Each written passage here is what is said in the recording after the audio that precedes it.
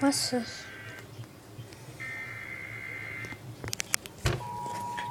Take a look at this.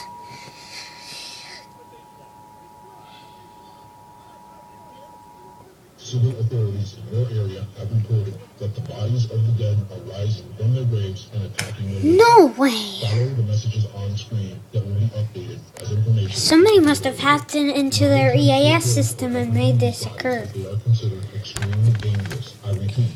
Civil authorities in your God, area if that happened in real life, that would be scary. But they're doing like somebody hacked into their system and then put in a fake zombie warning. do not attempt to approach or apprehend these bodies as they are considered extremely dangerous. Yeah, right. No zombies are gonna get us.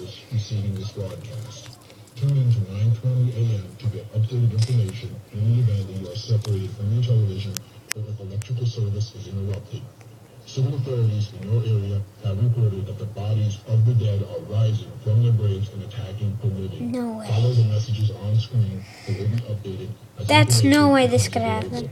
This station will now cease transmission, so please use your battery-powered radio. Tune in to 9:20 a.m. for information.